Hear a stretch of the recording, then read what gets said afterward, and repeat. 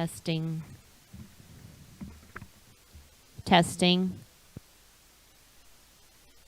Y'all can hear me? Okay.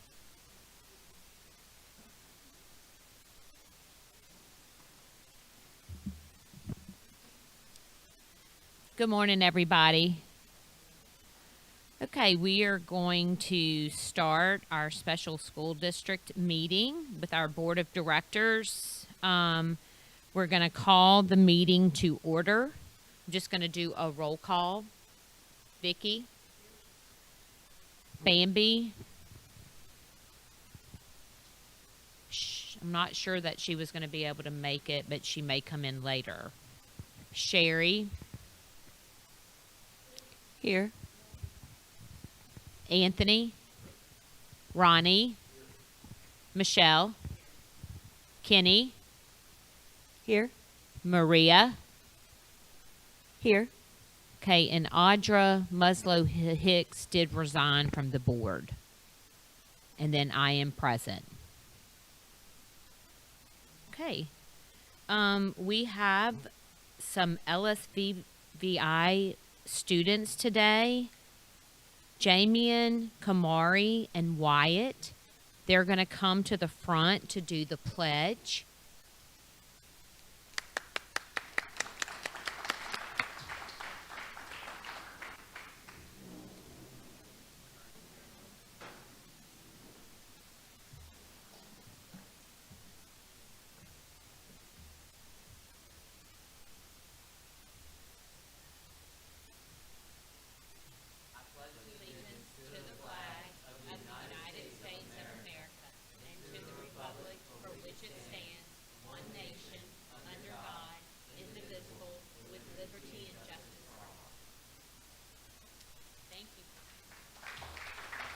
Thank y'all so much. We appreciate y'all coming today. You're welcome. Okay, we're going to have a prayer by Greg, and he's going to come up and do our prayer today. Good morning. Let us pray. Lord God, we thank you for the opportunity to come today under your name, the God of the universe. We just ask that you be with those decision makers, those board members and other staff. Give them your wisdom. Give them your knowledge, your understanding of the responsibility they have. Lord God, we just ask that your blessings be upon them during this meeting. And you remind us all what Paul said in 1 Corinthians. Don't be so consumed in the good of yourself, but be consumed in the good of others. And that's why their calling is here today. We ask this in Jesus' name. Amen. Amen. Thank you so much,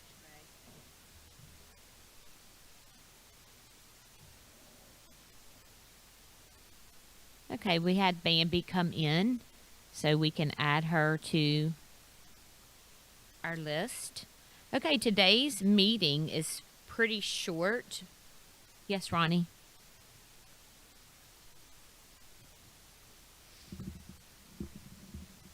Just want to confirm we have a quorum.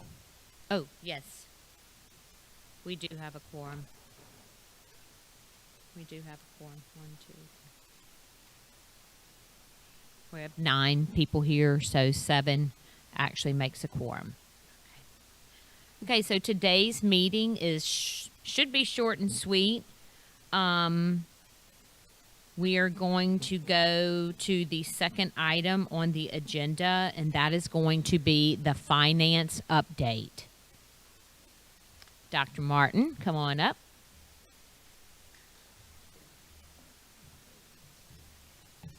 Yeah, Sherry. Yeah, I just want to offer a motion that we get a finance report from Dr. Martin, and see if we can get a second to that.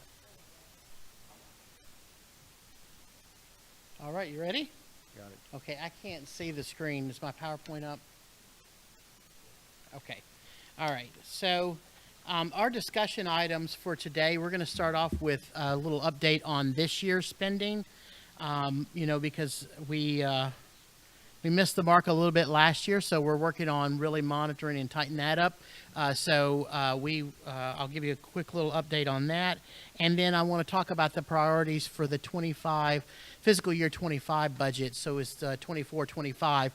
So just to really, before we get started, to talk about the budget process, many of you are state employees, so probably understand the budget process, and I'm learning the Louisiana way to budget, and so that is a learning curve in itself, and I feel like I'm drinking from a fire hose right now, but we're working on it, and we're in the middle of the budget cycle. But essentially, we have to have by November 1st our priorities and our ask complete, and it goes to Office of Planning and Budget. Office of Planning and Budget then will work with those numbers that we gave them, and they will prepare the budget ask for the governor. So we really don't adopt our budget per se. We send our recommendations to the Office of Planning and Budget, and Catherine, please feel free to jump up and correct me if I misspeak. But we send those recommendations to the Office of Planning and Budget. Then they send it to the governor, and then the legislature is the ones through House Bill 1 actually adopts our budget. And so today we're going to be talking about only state general funds when we're talking about sending our requests to the state. So although we can make a lot of, I wish that you guys adopted our budget, because I would just give you a $50 million budget proposal. You could pass it, and then we could send it to the state and say, you have to fund it. But that's obviously not how it works, right? So, but today I'm going to talk about what I see as our priorities. And then always, I'm looking for feedback on this so that we can incorporate it. An internal deadline for us is today to get our what we call the CB8s, the continuation budget documents to our business office so that they can start inputting them in the electronic system. But I'll talk a little bit more about that when we get there. So let's talk a little bit about current year budget outlook. So as you know, last year we reverted. I talked about the reversion at the last board meeting of what it actually shook out to be. But it was in the neighborhood of about $2.6 million, and there was quite a bit above the line in salaries and benefits. That was the bulk of it. And then there was about $985,000 below the line in operational costs. We are tracking much better with our state general funds this year to minimize that reversion. And again, typically the historical layout for this particular agency is that reversion's been between $300,000 and $600,000, I think, typically year over year. Last year, again, we had a lot of positions that weren't filled because of the transition and things like that were going on, some higher level positions that weren't filled. So we've been able to start knocking at that. We're doing pretty good at filling those positions. We're actually doing a better job also of filling those school level positions. I know that the executive directors have been working very hard to identify candidates and interview. There are some positions that are obviously harder to fill than others. We're having a difficult time right now just, I think, attracting qualified teaching candidates with the correct certifications in the areas in which we need them, because they need to be highly qualified in their subject matter. They also need to have other things that we can bring along with that, like the blind and visually impaired certification or deaf and hard of hearing. Those are things that we can bring along, but it's still, anytime you have special schools, you're going to have difficult time recruiting, especially since our salary schedule for teachers really hasn't been touched since 2012. So there's been no increase, really significant increase to the salary schedule since 2012. So I'm meeting with Catherine and her folks, Catherine and Erica specifically, every Friday. We're talking about how we're doing in our budget office and how things are going from a budget perspective. And then also Catherine's given me updates on our accounting side and making sure that we're getting, purchase orders and things like that. That Haga actually handles on her side. We're making sure that all of that stuff is flowing in a quicker manner so that we're able to better track our funds. When we first started this weekly meeting, we were at about $1.26 million that we were tracking to have left over at the end of the year based on our expenditures currently. Because we had some savings with unfilled positions, I was able to authorize a 2% pay increase for all unclassified staff. Classified staff got their pay increases back in July, and those were, I think, around 3%. So I was able to authorize comfortably a 2% pay increase for all unclassified employees. That includes teachers and other unclassified staff. And we went ahead and adjusted the teaching salary schedule by 2%. So we raised all the salary levels up on the teaching salary schedule by 2%.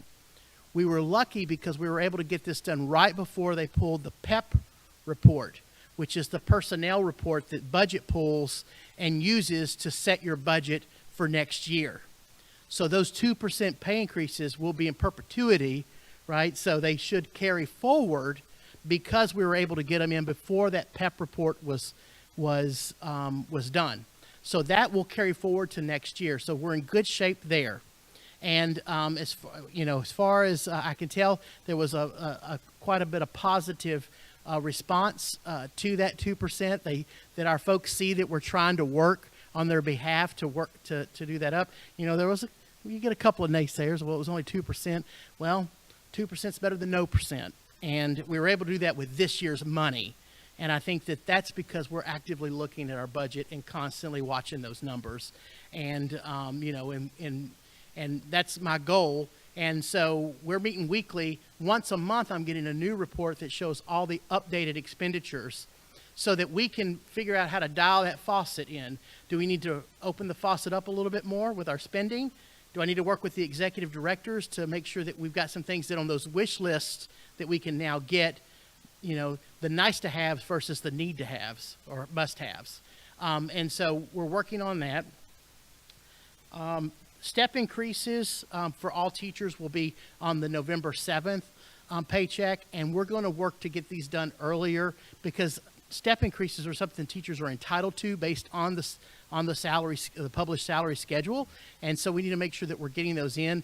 I'm finding out that those aren't done automatically, so I'm going to be working with HR to make sure we, at the beginning of the new fiscal year, that we work on getting those in then so that those funds are there for the whole school year. And then we'll also be passing on, this is one-time monies from the legislature last year, $2,000 for teacher and $1,000 for school support personnel. We'll have those in on the following paycheck. So the paycheck after November 7th, I don't know what the day, I think it's like the 19th or something like that. That check will have those $2,000 stipends for teachers or $1,000 stipend for school personnel, which is great because it's just in time for Christmas. I think people will appreciate that. But those are one-time monies from the legislature, and that's coming out of our MFP dollars. And again, we're really working on filling those positions at the school and program levels. We've been really working hard. We have that Office of District-Wide Supports, which is currently been led by Nancy Rawls, and we've been working on that. We have our new SPED director in place, and we have quite a few positions that we are working on filling. And then I'm also trying to reposition some responsibilities too, because at the same time we have a lot of work to be done. We don't want to be seen as too top heavy, and we don't want to be seen as taking positions away from kid-centered and kid-focused positions. All right. So let me just talk to you quickly about budget time. Yes, sir. Did you want to take questions as we go, or wait until Sure, the end? yeah. So you field questions as we go? You prefer to do it that way as opposed to wait till the end? Yeah, that's fine. You go ahead and. Okay. So we'll say, do we have any questions about the current year funding? So I have a couple. Okay. Yes. So on the topic of filling positions, can you give us some sense of how many vacancies do we have right now? So if And you with look on those- paper, we've got about 60 vacancies, but not all of those are funded. There's some vacancies we have that really we have no funding tied to. In the schools right now, in particular, I think Dr. Delgado, you have probably about 4 or 5 teaching positions that you're working to fill right now.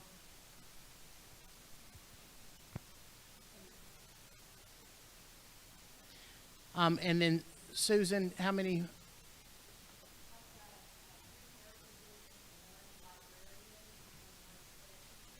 So that's 3 para positions and 2 teaching positions, essentially a librarian and a Spanish. Okay, and we have 2 counseling positions open. There's a counselor in each one of the schools opened. I realigned some resources there, and we brought the social emotional piece to the district so they could work with both schools. And so we need school counselors in both of the schools right now. So what? I'm sorry, Ronnie. Ones that we're actively trying to fill? Okay, we're probably trying to fill about 30 positions right now, agency-wide.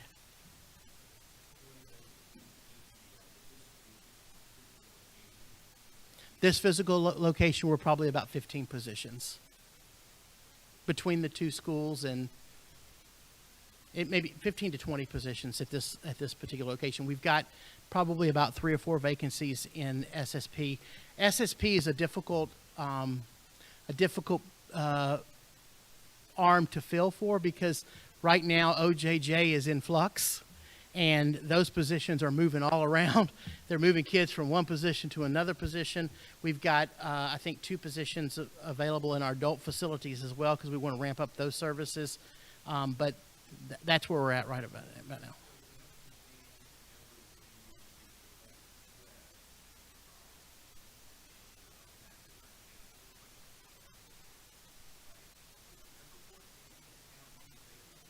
It does. So the money that's attached to those vacancies at the time when the PEP report is taken, that does count, right? So, but now last year we lost 10 positions, and part of the problem, and one of the reasons why we lost the positions, was that they were older positions. They had been sitting vacant for over 2 years.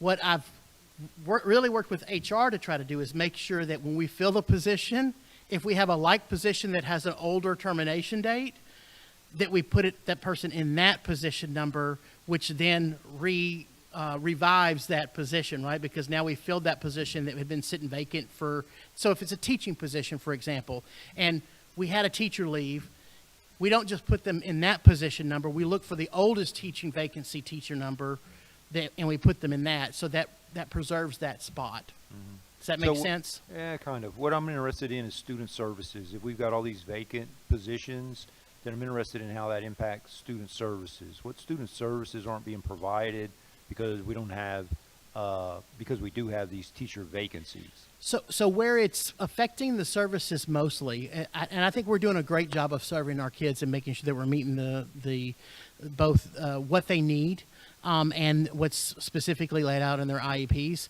It just creates a bigger burden for the folks that are here. That's the biggest problem, covering classes and things like that when we have somebody out. And then it obviously becomes compounded because if we have someone that has a surgery and they have to go out on FMLA or different things like that, it compounds the things. It's creating a greater burden. It's difficult, I think, in SSP to meet those. We've got a lot of people that are doing itinerant work right now, so they're going from point to point. And going out to these different facilities. That may not be their home facility, but we're going out. We're giving some stipends to some folks to cover some things, like our PE teacher right now is losing their planning period because of a vacancy that we have, and so I'm compensating her for working through that planning period so she can plan after school. Okay, so I think I understand that the PEP report does account for the vacancies. It does. It does. It counts for, then, it counts right. for the vacancies. And so that money should be there, provided they don't cut us positions. If they cut us positions, then, they'll tell us how many positions that were cut, and then we have to go through and scrub and try to figure out, and they'll be classified and unclassified so that we have to balance. That's another thing that we're working on doing, because when this agency was merged, everything was just dumped together. And so we're trying to get our classified and unclassified vacancy counts to jive. And so I think we're going to ask them this year for a one-time readjustment so that we can get that report to balance, because obviously it's positions are positions and the people are sitting in those positions. I can't necessarily change somebody from a classified to an unclassified or vice versa. And so we're going to ask for a one-time adjustment. It's not huge. I think there's a total of 10 positions that's not necessarily matching up to classified and unclassified. But if we can get a one-time adjustment, again, because to be honest with you, it just wasn't handled very well when they did this merger. Everything was rushed, and I think that from the time the legislation passed to the time it actually took hold was like a month or two, and it just, so we're still playing cleanup from 2 and 3 years ago. But I think once we get through this next budget cycle, we'll start to see some of that sort of level out. Okay, last question on this one. Whenever you submit the budget request, specific to teacher salaries, I'm trying to get a better appreciation on a national market. How do salary schedules for teachers that require special needs credentials, how do those salary credentials compare to the rest of the teacher population? So what I've found out is the legislature here likes to look at the SEC states, right? When they're looking at those, I did my first tailgate, by the way, this weekend, and so I'm understanding how sports-driven we are in this area, and so people do it up crazy and right here. So, but anyways, they like to look at the SEC states. So we're in the process of trying to get some of that stuff is not easily attainable unless we just request it directly from the schools. Now I can tell you Tennessee's an SEC state, and we're probably $10,000 behind Tennessee. Based on the numbers when I left, they did just receive an 8% pay increase this past year, so that jumped up quite a bit. What I've really been trying to concentrate on is really just let's get us up to where the locals are with our salary schedule. So we took where we have sites and where we have kids, and we took those school districts and we put them in a spreadsheet and we did a formula and we came up with an average. The average is right now, if you look at the average of the sample districts that we took, we're 4% below the average on the low end of the salary. So 0 years experience, bachelor's degree coming in, fresh teacher, right? If you go up to about 20 years there, we're at about 12% difference. And so I'll talk about what I'm asking for, but I landed on 8% to try to bring our numbers up by 8% this first year. Now, if I can get the whole 8%, and we just did 2%, so that's in a year's time we've jumped up 10%. So that should help us be far more competitive. And I'm also trying to bring everybody to a unified SSD salary schedule so that our SSP folks are making the same as our folks here on campus. And I'm doing that because, the facilities that they work in are obviously high need. They're all Office of Juvenile Justice. There are Department of Health sites with our neediest kids. We've got to be more competitive there because we're losing folks to the local districts.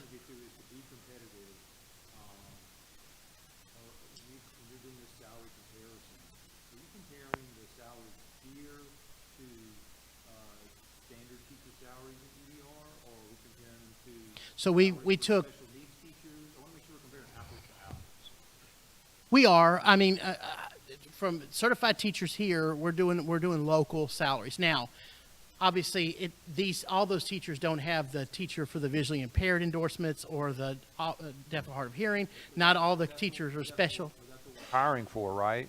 That's what we're hiring for, right? Right. But we. So I'd like to see us comparing to other states or other areas within our state where those same credentials are required, so that we can compete. Yeah, and we can work on getting all those numbers together. It's really just a thing of time. I think I've got some folks in place that I can ask to pull those numbers and start pulling those salary schedules. Santa Patterson actually pulled we got a few responses. We emailed all of the special schools in the SEC states and didn't get a very good response rate. So I'll just have to, now I obviously have more connections in the, with schools for the visually impaired, because I'm on the board for Cosby, so I can probably get those numbers a little bit better. And they're going to be comparative to probably their deaf counterparts in those states. I'm going to the Leadership Institute for the deaf schools in April, and so I'll be able to make some connections there and work on building some connections there. And I know then for next, that will be ramping up to start for the next fiscal year. But ultimately, this is going to have to build year over year. Well, I just want to make sure that when we go to the legislators with the ask, right, that what we're asking for is going to put us in a position where we're competitive in the market. And we need to help legislators understand that this is the market for the certification. And we want certified teachers in the school that have this skill set. And in order to get these certified teachers in the school set, this is what we have to compete against. Right. And so they understand where the bar is at. So if we're using something other than that, then I don't see how there's any expectation we're going to draw people here with those credentials. Well, so I just want to make sure that the message to the legislature is clear that this is what our ask is financially, but also this is the basis for it. So this is what's required, right? These credentials are what's required to address these student needs, and this is the salary structure in this market. And once we put that in front of them, then they can make a well-informed decision. I just want to make sure we're not going to them with something other than that, with expectations that we're going to be able to find and bring those people to this site when we're not going to be competitive because we didn't have the right ask. Right. Well, and so there's two parts to this. There's the competitiveness, right, of our salaries, but there's also, well, I guess three parts. There's the competitiveness of our salary. There's the overall shortage of teachers, not only in special education, but when you get into very specialized area, there's a huge shortage there, right? So we've been working with some different higher ed providers to work on trying to get some additional programs in place so that we can get those folks certified. With the pay piece, if we can get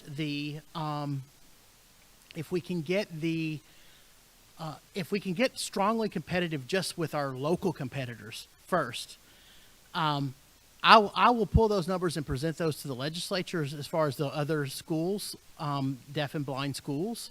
But, a big part of our teaching things are just special ed certified. And so we need to be very competitive when it comes to just our local competitors.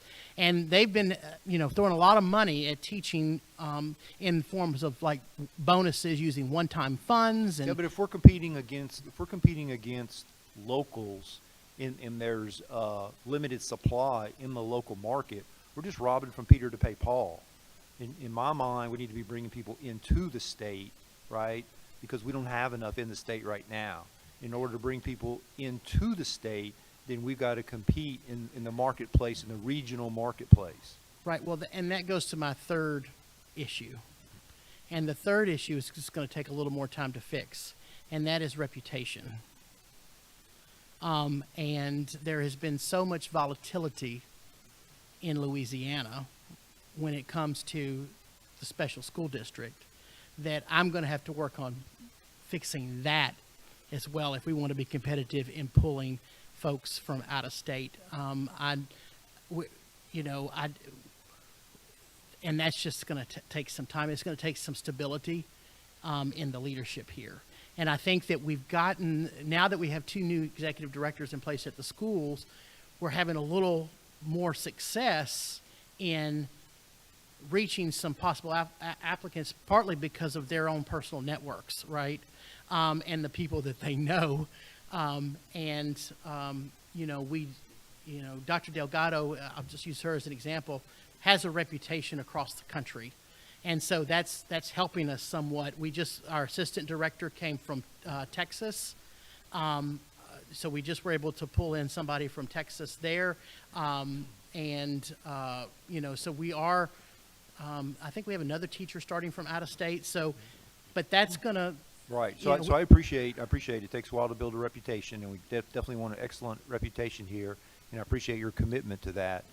My point is simply that there's going to be expectations at the legislature that if they're going to fund something, then there's going to be expectations on what that outcome is going to be, right? And so I want to make sure that they're making a well-informed decision, that expectations are realistic based on the ask. And if the ask is such that we expect to be robbing Peter to pay Paul and pulling from a very limited teacher pool within the state, then I don't see how you have desirable outcomes. So I want to make sure that we send the right message over there, that if we really want to compete, if we really want our kids to have the services that they need, then we're going to have to be able to recruit in a regional market and not be pulling resources from other schools within the state. In order to do that, we've got to have a salary structure in place that's going to incentivize people to do that.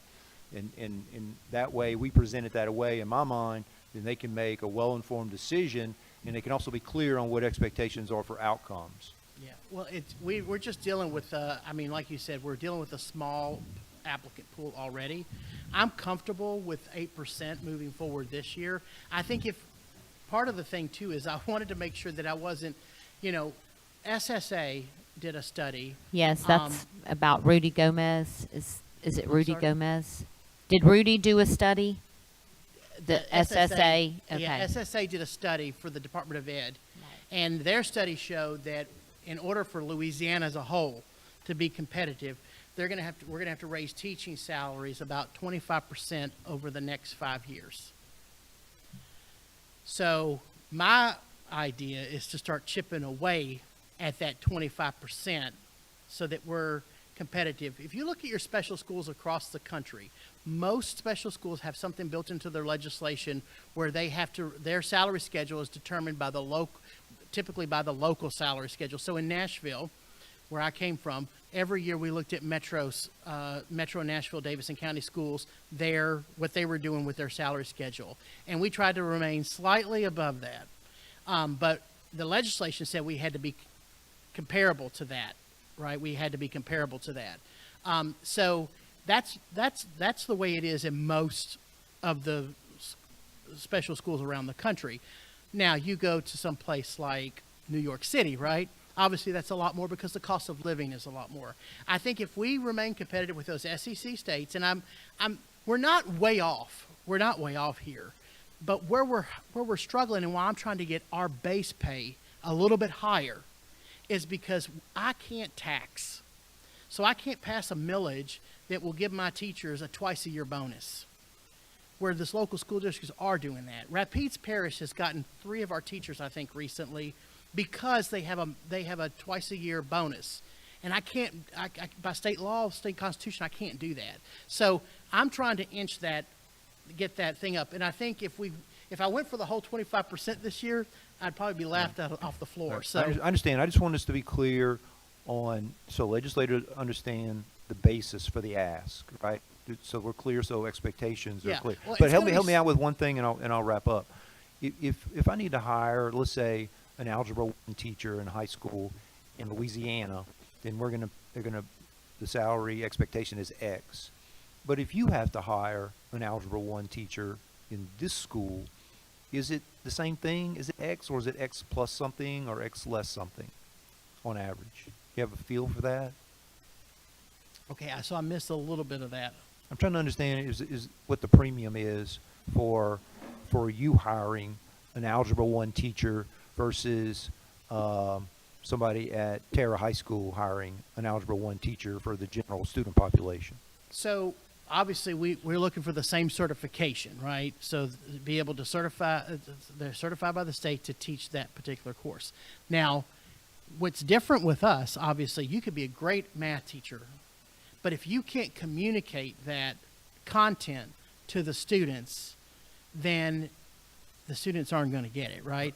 So if we hire an Algebra 1 teacher that has, for the School for the Deaf, no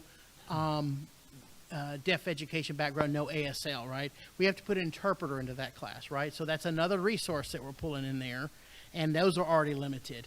And then also with anything, there are things lost in translation there. So when you're interpreting, it's not like the teacher interpreting that directly to the students, right? There's things going through. So if you have an interpreter that may not, obviously if we had an interpreter with really sharp math skills, then that makes it a little bit easier for that interpretation, right? But if we don't, then there's some things that are lost there. On the blind side, if it's done in Nemeth code. I get your point. I'm just trying to understand. In the situation, you hire the algebra teacher and they have the A skills. What's the premium that you pay for that?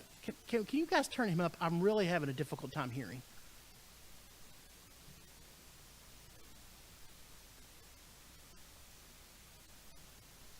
I think if you just turn the volume up, that will help me. This is my last question, I promise. I don't think it's a microphone issue. I think it's a volume issue. Can you hear me now? Can you hear me now? I can hear you a little bit better, yeah. Okay, I'll talk louder. How about that? Okay. Okay. I'm just trying to understand what's the salary premium that you would pay for an Algebra 1 teacher with ASL skill set versus someone that would hire an Algebra 1 teacher. What's the premium there that you would pay? So there's a 10% if they're dual certified, right? They get the ASL and the algebra, then they would have a 10%. I believe it's 10%, right? We give a 10% once they receive that. Can someone from HR please tell me? Huh? If they come in as an algebra teacher, then they get their hearing, deaf and hard of hearing, or their visual, it's a 10%, right? It's 10%. Okay, So and you have that built into your budget request? No, it's built into the numbers. Okay, thank you. Yeah. Thank you. Sorry, I'm sorry, Ronnie. Yeah, Bambi.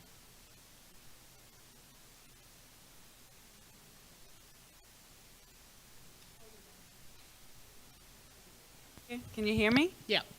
Okay, I just want to, I agree totally with Ronnie. Like it seems like in the budget ask, you have to tell the legislators or the powers that be what is needed, because if you go there and you say 6%, 8%, whatever that number is, and you don't, and that's not really gonna pull in the talent that you need, and then you have to go back next year, then the question is, wait, we gave you what you asked for, and you told us that that's what you needed.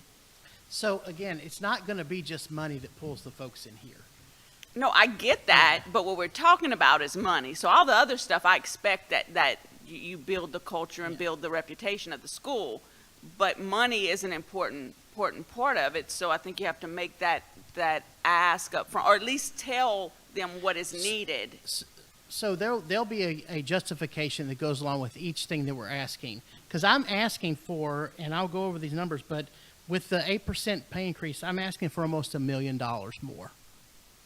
That is a lot of money. I don't care if it's $50 million. I want to make sure that they understand the basis for the ask.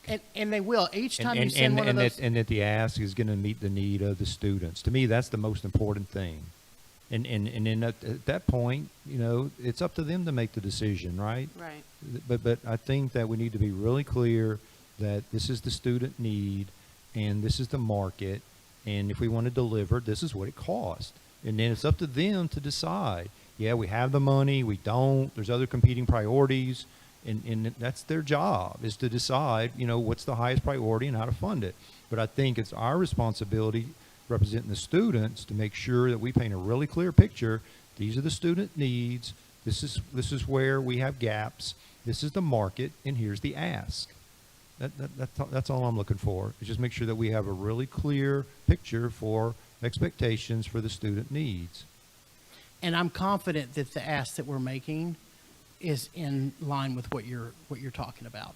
Because when I fill out that form, I have to submit a justification, And so we're going to talk about, I'll drill down on those numbers. And then when we go forward, because if we talk about the timeline, there is a time in February where we actually go in front of the commissioner for Office of Planning and Budget, and then that's where we can make some additional case. If they don't want to fund something, I go back and ask them again and reiterate the reason why this is important.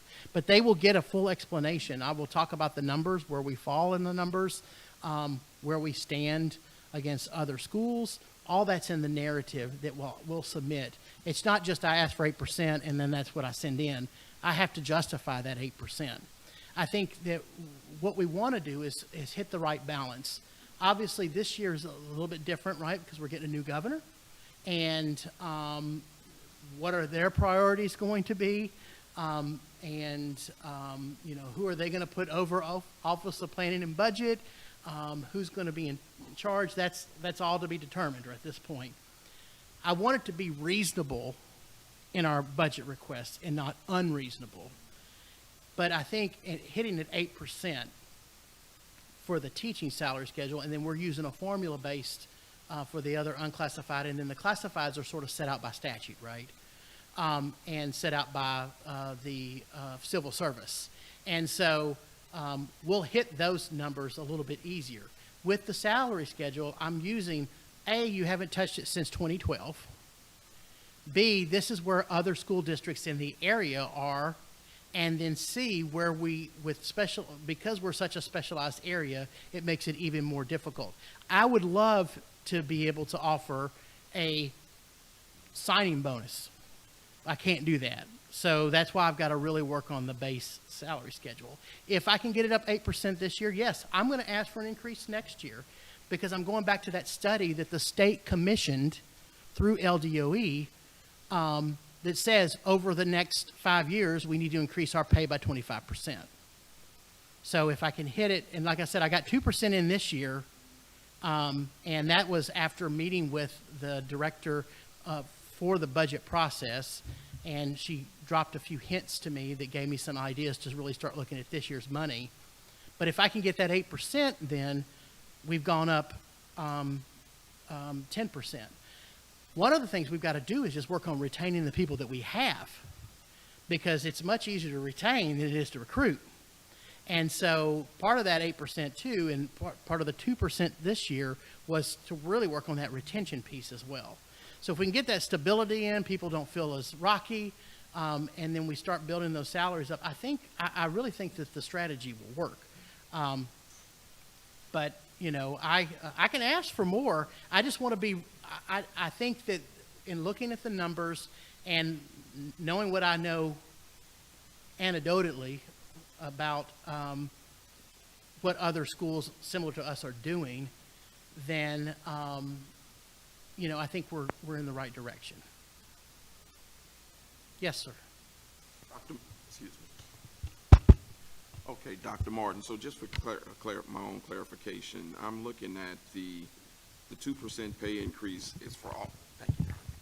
The 2% pay increase is for all unclassified employees, including teachers. That took place when?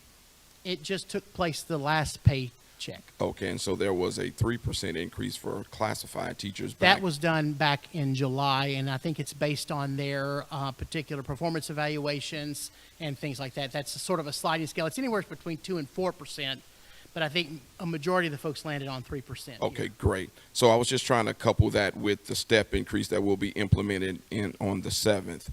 That is an additional increase? The step increase is based on where that particular teacher falls on the salary schedule. So if they have a master's degree and they're in year 15, we follow the dots, and that's where they land. That has not been done. Catherine was able to catch them up last year because the step increases had not been done for teachers for years. Wow. So they brought them up to that, and then now I'm trying to keep pace with it every year. Knowing what I know now, it doesn't happen automatic, so that's something I have to tell HR to do. in order to get it done. So I have to make sure that the numbers are there. But that equates to about 0.5%. So, Okay, so I was just trying to land on a figure, a percentage of an actual salary increase for both classified and unclassified employees for this year. So what would that look like? So classified, you could, it's about 3%. 3% Yep. And then unclassified was 2%. plus. And then the teachers will get, like I said, their step increase, but I don't really look at that as that's what they're entitled to. It's not really an increase. Gotcha. It's just moving them to where they need to be. Okay, I was just trying to clarify that. And along then we with the do have the supplement. one-times money that, won in 2000. Now, I heard that the legislature was going to try to make that permanent this year, but, obviously that's up to the legislature. Okay, good. So if they make that permanent, then that would adjust our salary schedule as well. I mean, everything would go up by $1,000 or $2,000. Yeah, so I would agree that 8% increase, that you guys are pushing for for next year's budget is going to look very, And- very appealing. But I also agree with both Ronnie and Bambi that Right. clarification needs to be there, and we need to push. And for remember more. that 8% doesn't include also, and when I get to the priorities here, we're also talking about moving SSP teachers to the same salary schedule as Baton Rouge, so Okay. that everybody's on a uniform pay scale. That's going to be a much greater increase than 8% for them, depending on where they fall on the salary schedule. I think we looked at it from, some folks it would be, $2,000 or $3,000 a year, and then some folks it's going to be $10,000 or $12,000, depending on where they fall. So, and to be honest with you, that's one of that. Obviously it's hard recruiting for specialized schools for the blind and schools for the deaf, but it's very difficult to recruit for Office of Juvenile Justice facilities as well, just because of, I think, of the stigma that goes along with that, Correct. and the feeling of a threat to safety, even though it's probably safer than teaching From my personal experiences, that is the safest place right, to but educate. but folks don't, when you put that that into the job description, people get a little queasy. So and because they've been moving things around, I've had to take folks into itinerant, and that's just you got drive time and all these other things that come along with that. So I think this will put us in a far better place there to be recruiting, and it's in a couple of years we're going to be even more competitive, because these one-time funds these school districts are using for these bonuses are gone, and so I don't think you'll see as many bonuses or Ascension Paris billboards that says we value teachers $10,000 more than everybody else does. That's really not true. They're using one-time funds to fund that stuff, and that's going to go away. Yeah. So I think I think it's going to take a little bit longer. It's going to take us, Rome wasn't built in a day, and we're not going to fix this. We're not going to right this ship overnight, but it's a step in the right direction. Thank you so much. Yeah.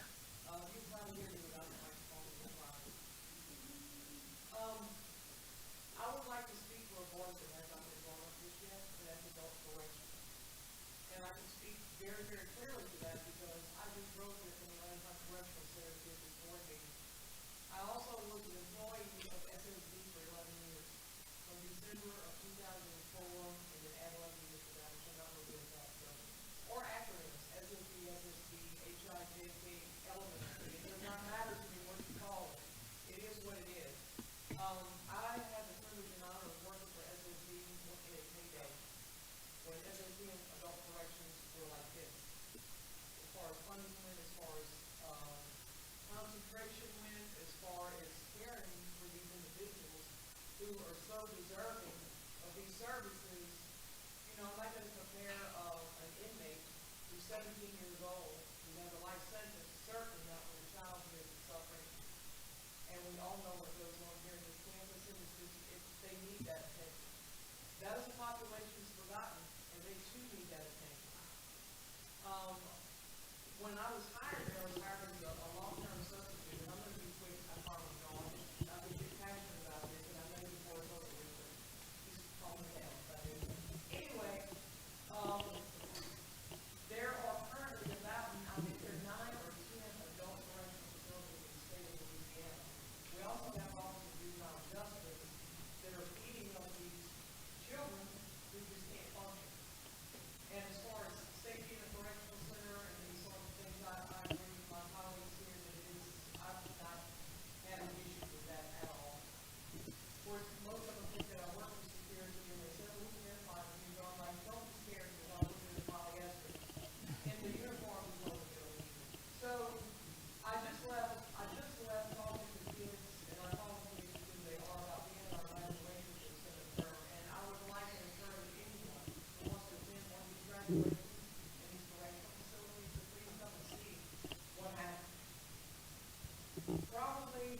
right now, we just started a young adult program in Baton, and I'm speaking specifically enough to that's where I come from. We probably have 20 who are gonna qualify for special education services. We currently don't have a teacher there representing SSD because of, whether it be attrition, retirement, whatever the case may be, we don't have anyone.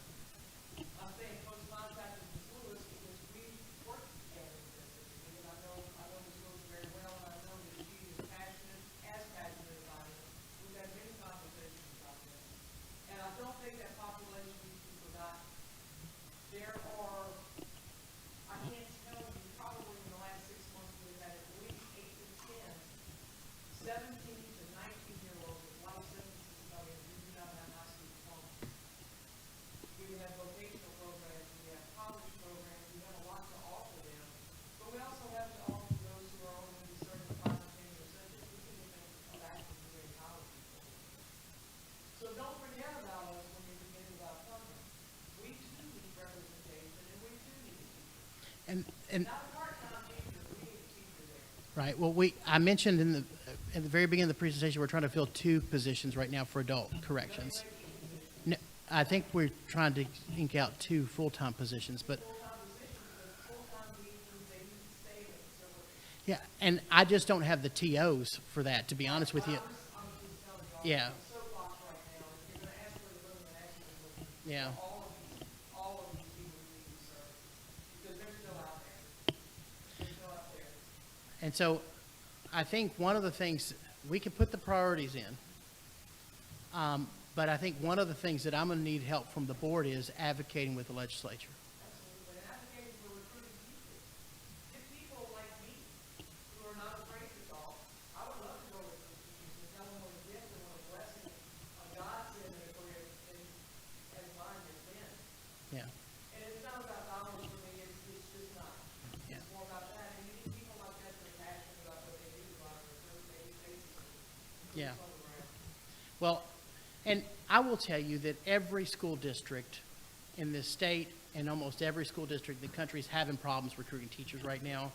And I know that it's a safe environment, but again, the layperson that's never spent any time in these facilities, they don't really understand that.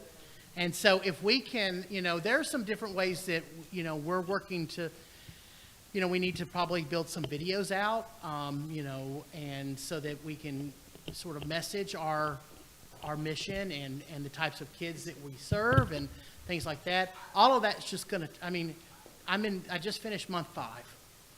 And so, and quite frankly, there's a lot of work to do here across all parts of the organization. And, I haven't been to the adult facilities yet, again, because we don't have anybody out there yet. But I've visited most every single one of the facilities for OJJ that and spent time with them and spent time with those students and spent time in those classrooms. I've been to the Department of Health facilities. Obviously, I spend a lot of time here on campus in the buildings and things like that. So I'm really trying to get out there and understanding the need. But it's just going to take time. Quite frankly, the SSD's been neglected for a lot of years. Amen. And I can't fix that overnight, but we can make some incremental moves. It's going to take a while, but I think if we do it the right way and incrementally bring these things up. I've got facilities here. This is a 116-acre facility with 50-year-old roofs. That in itself is difficult. The mechanical systems. I've got literally air handlers from 76 or 77. Those are average, they're like 20 years, 20 years is the average lifespan for something like that. And we've got adult facilities that don't have the staffing that they need. Now, we are trying to get some additional WAEs in there to help facilitate that. I've just got to build the case, and I've got to show the numbers of folks. So if you can help me pull those numbers together of the number of students that we would have in those facilities that would receive special education, that would help me greatly. Obviously, child find is not something we do with adult populations, right? So we don't have a way of really getting those numbers as an agency, other than if you provide those numbers to us. Yeah, there are steps in place. Yeah. I mean, we can send information, they can be run through the SIR database, and, I mean, the minute that I crossed the dark side and went to corrections and left Department of Education, all my stuff was gone. Yeah. But I do stay in contact with a lot of people, and we can give them names, you know, of guys that come in that fit the criteria, but, after that, our hands are, that's really all we Right. can do. We don't know if they're gonna qualify for services or not.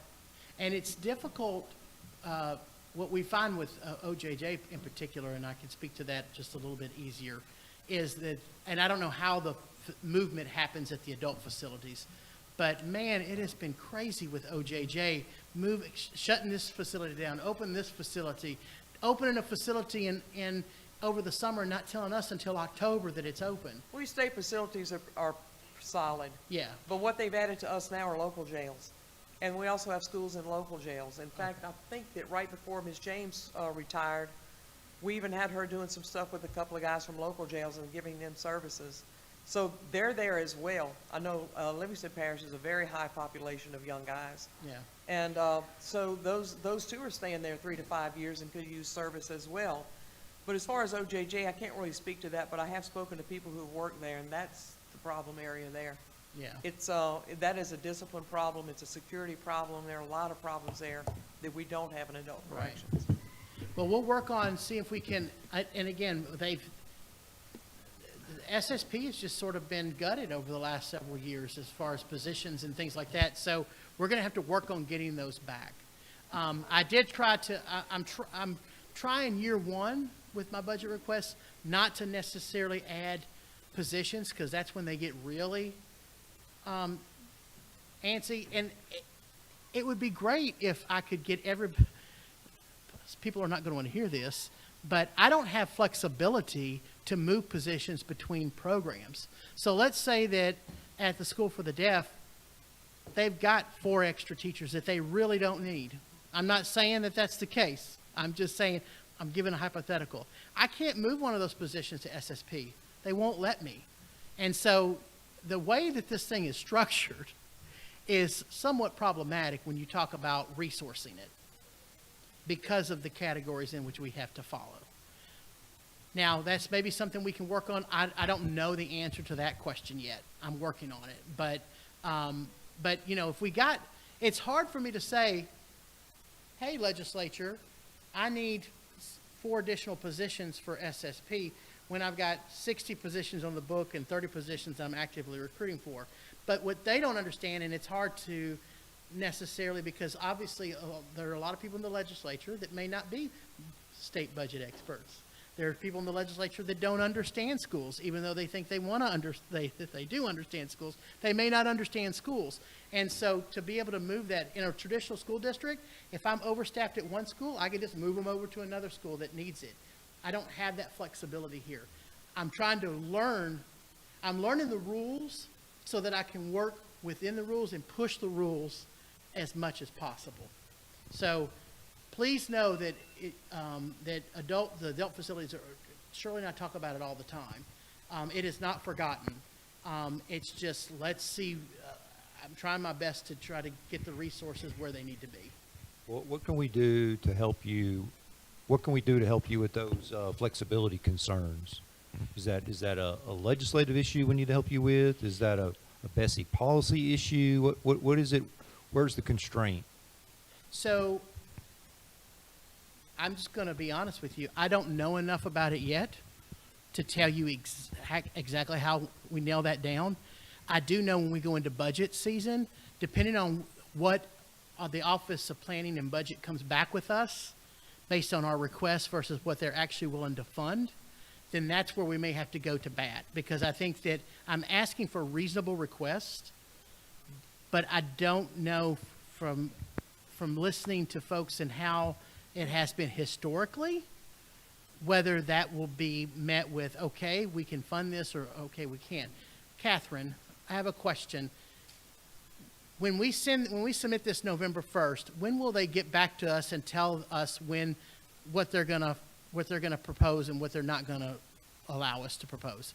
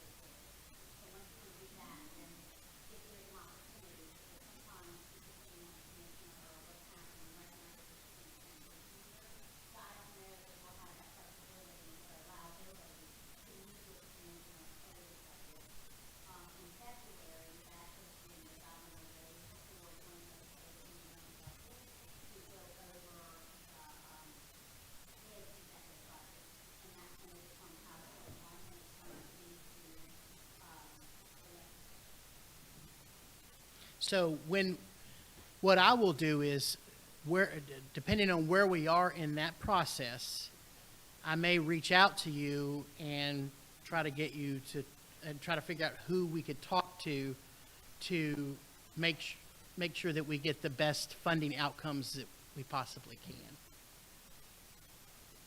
And remember, we're going to have a new commissioner, probably for Office of Planning and Budget, in January. There will be some transition teams obviously put together pretty quickly for the new administration. So if you'll communicate with me, if you have connections within this new administration or you know some of the folks on those transition teams, I think that will be helpful. So you can just communicate that with me directly, and then we can probably formulate a game plan.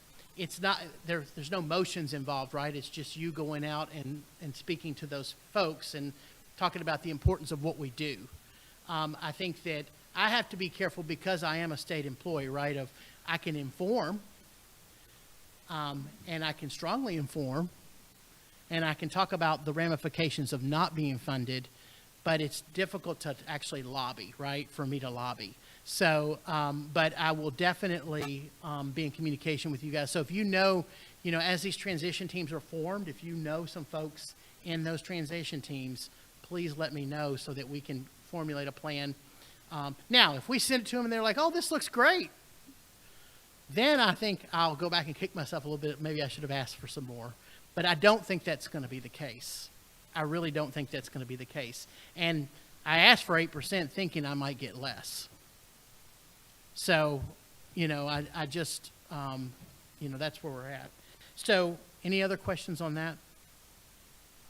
Because I want to try to get through the rest of and let you know where else we're trying to get some money for other than just salaries. Because I mentioned that we are, if you'll go to the priorities FY major maintenance slide, we've identified about $5 million in projects that are pressing here on campus. And so we've sort of tried to divide that over the next 5 years. And we're going to ask for $1 million, or actually probably 1.3 million or so in the first year. We've got some, that's instructional improvements. So we want to try to get actually we're asking for $2 million the first year, sorry. $2 million the first year. And we're trying to get the high school and vocational building roof replaced at LSD. And then we should be moving right now on the PEC, the Physical Education Center. That purchase order is already put in through. We're waiting for the vendor to start work. But so we have the classes in the gym, in the big gym, and we can have our basketball seasons and things like that. But we've got the high school and vocational building we want to sort of hit next with the roof. And then mechanical systems, the air handlers in the food service center, and that's about $500,000. And then the air handlers at the high school dorm for LSD is another $200K. So that's where we're looking at trying to get an additional $2 million in major maintenance money. And there has been no major maintenance money in the last several years in our budget. So that's why I'm trying to get this in there so we can start knocking out some of these projects. Yeah. How current are these estimates, and what kind of inflation rate have we built in? So for these are current quotes as of a week or so ago, 2 weeks ago. As we move forward, that $5 million that I talked about is probably going to be closer to $7-8 million over the 5 years because of inflation and things like that. But that's what we're talking about current today. You can usually average about 20% for the building cost. It's been my experience, about 20% each year. It's going to go up. Now, if we get a hurricane or if we get something else that drives those costs up, then those costs will go up, and we may have to extend the way that we're funding this. Again, and if we're watching the money closely every year, with that $900,000 that we had this year, we could have knocked out those air handlers, no problem. But, it's just the timing of everything. So because we're meeting weekly and we're getting those monthly reports updated every month, then in December, I will start looking at that money and see where we're at. And if there's a way to knock some of this stuff out, then we'll start knocking it out with those existing monies too.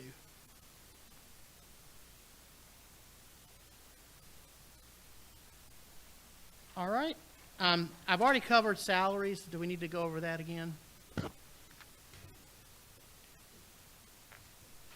Again, we're trying to get everybody on a unified salary schedule with the 8% increase.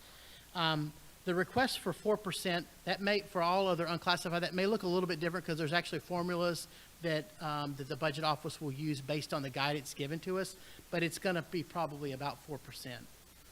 And then the classified employees, again, that happens through civil service, and so they are pretty on top of that, and that gets calculated into the budget already. We are asking for an increase in funding our transportation. I think we've been funded about $400,000 a year, but it's actually about $800,000 a year it costs to fund the transportation, and so we're asking to fully fund that. SSP is asking for $130,000 so that we can have 4 additional WAEs. Those can work and to cover those. The issue with some of these sites as well is that one site may have 2 students, and then another site might have 20 students. And so funding that, it's not like I can just say, okay, I've got 15 facilities, I need 15 bodies, because it just doesn't work like that. If the place I have 2 students, that doesn't justify an FTE. So we need folks that can travel. And so we're looking at both the services we're providing and the delivery model of those services. So we may increase our itinerant staff so that they can visit multiple sites. And then that's an expectation when we hire them that they are an itinerant teacher. And what we would try to do is, regionalize those itinerant teachers, that we would have one in one region of the state, another in another region of the state, so that way that their travel times aren't as extensive. Because right now I've got Bridge City, we've got a guy that goes out there 3 days a week, and he travels from Baton Rouge to Bridge City, and we have some overnights involved.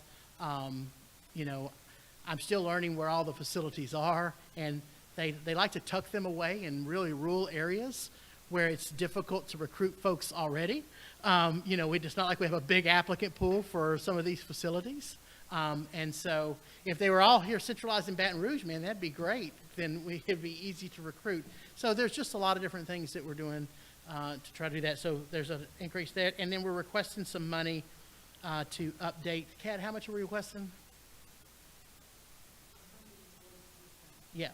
Yeah, so we've got some 142, you said? $142,000 we're requesting to update some cafeteria equipment, because it's pretty old too, and trying to update that. So those are our sort of big changes to the funding. And then there's a formula that we use every year to account for some inflation and things like that. But that all comes out in the budget document. There's like a 10-page document that came out on September 20th.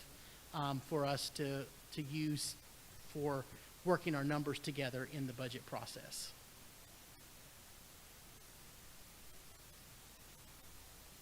Okay.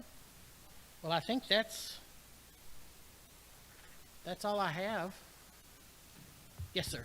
Yeah, so a couple questions. So, what is the proposed budget request different from last year?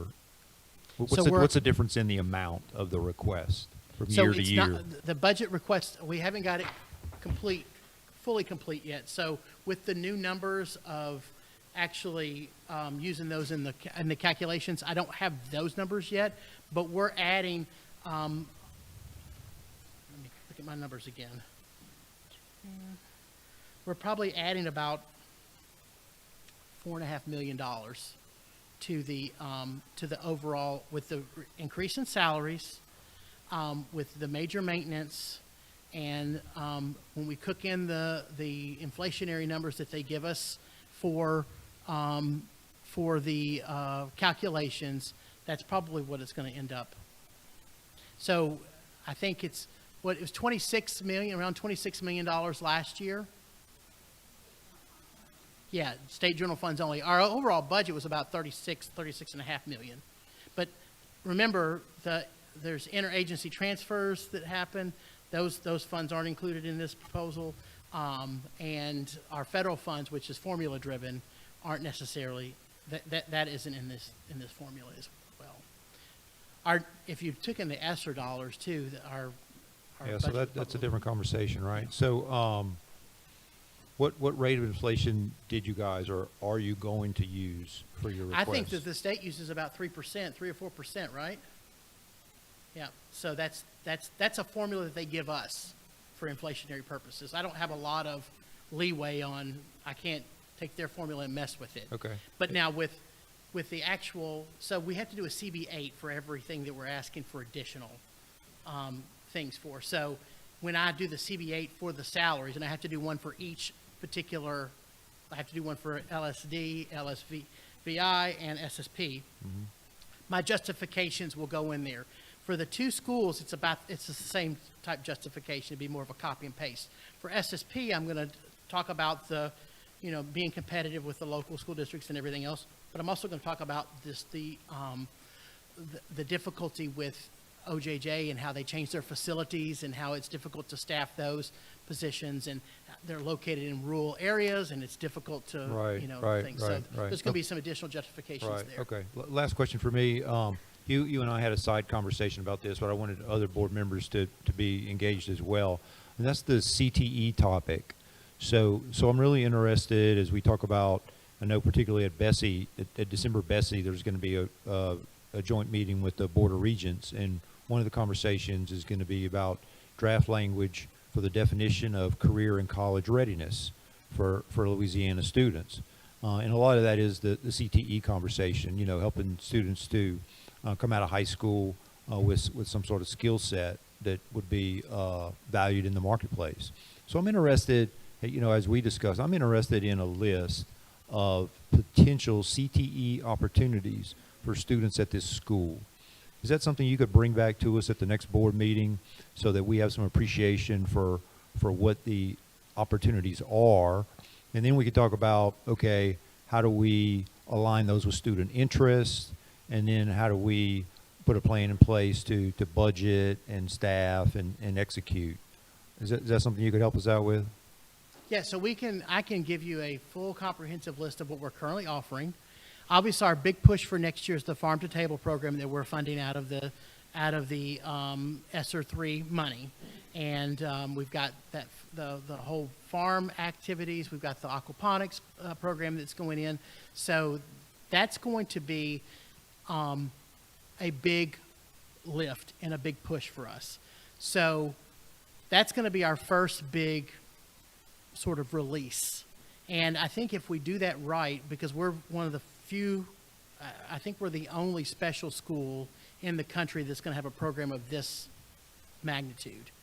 So I think that we'll be able to use that to parlay for resources for additional CTE offerings. It's also economy of scale, right? So I have 130 kids right now on campus. I think that's going to go up, but we have 130 kids on campus. So in order to, and those are, that's not high school age, that's all pre-K through 12.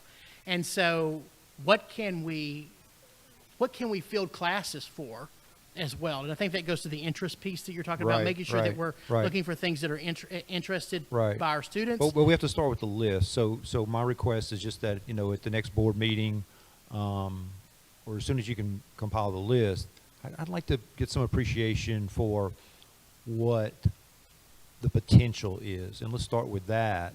And then from there, we can go to next step, which would be aligning with student interest, demand, funding, et cetera, et cetera. But I think, at least for me personally, I don't really have a appreciation for, what's available for this student population.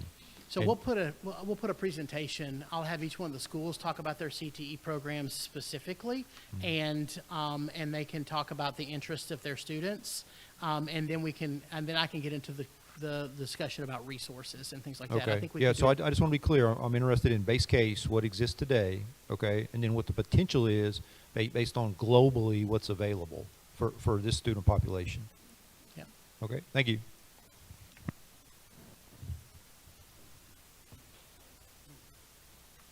All right. So, any other questions about, I guess, I need a word from the board. Are you, with the priorities that I laid out today, are we good moving forward with, building those into our budget proposal to the Office of Planning and Budget?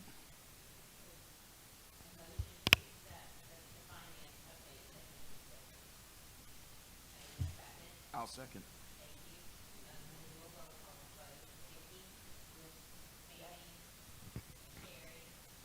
Yes. Yes. Yes.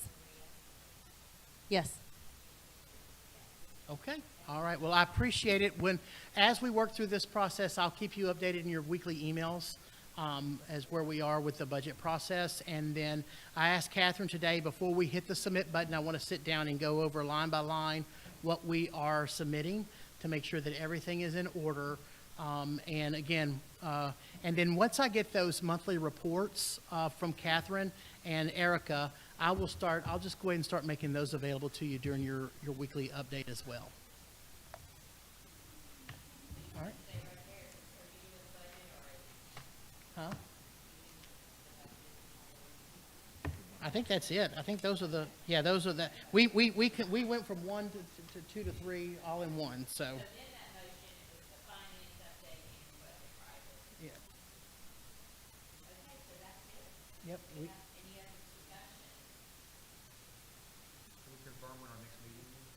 November 7th.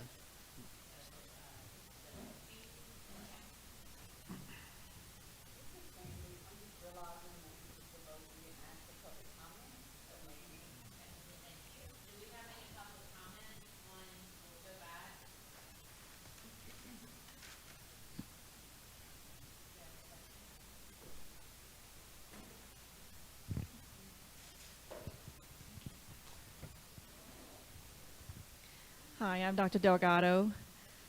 I did want to follow up on the earlier question someone had asked about vacancies here at LSD. Just to let you know, we do have 7 vacant teacher positions, 1 available para-educator position that we are looking to fill in very soon, 1 school counselor position, and we have day-by-day subs positions available.